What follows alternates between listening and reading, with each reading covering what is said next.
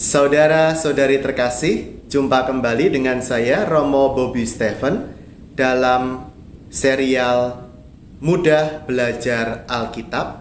Hari ini kita akan mendalami Injil Lukas bab 4, Pencobaan di Padang Gurun. Saya baca beberapa ayat yang bisa membantu kita untuk memahami Injil Lukas bab 4 ini. Yesus yang penuh dengan Roh Kudus kembali dari sungai Yordan, lalu dibawa oleh Roh Kudus ke padang gurun. Di situ ia tinggal 40 hari lamanya dan dicobai iblis. Selama di situ ia tidak makan apa-apa, dan sesudah waktu itu ia lapar. Saudara-saudari yang terkasih dalam Kristus, dalam Injil Lukas, selain bahwa Injil Lukas adalah Injil Maria, ternyata Injil Lukas adalah juga Injil Roh Kudus. Hampir semua tokoh protagonis, tokoh yang baik dalam Injil Lukas itu dinaungi oleh Roh Kudus, dibawa oleh Roh Kudus, digerakkan oleh Roh Kudus.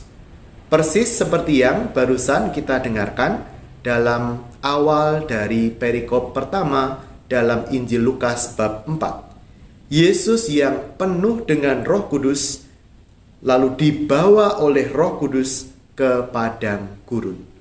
Sehingga Roh Kudus itulah yang menentukan kehidupan setiap tokoh protagonis dalam Injil Lukas.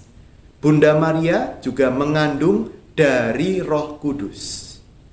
Kemudian Zakaria dan sebagainya, mereka bernubuat juga berkat Roh Kudus. Dan kita lihat di perikop yang kedua yang berjudul Yesus kembali ke Galilea, lagi-lagi kita membaca peran dari Roh Kudus itu. Dikatakan dalam ayat 14, dalam kuasa Roh kembalilah Yesus ke Galilea. Sekali lagi, Roh Kudus yang menggerakkan, yang menjadi awal, tetapi juga yang menjadi akhir dari setiap perjalanan.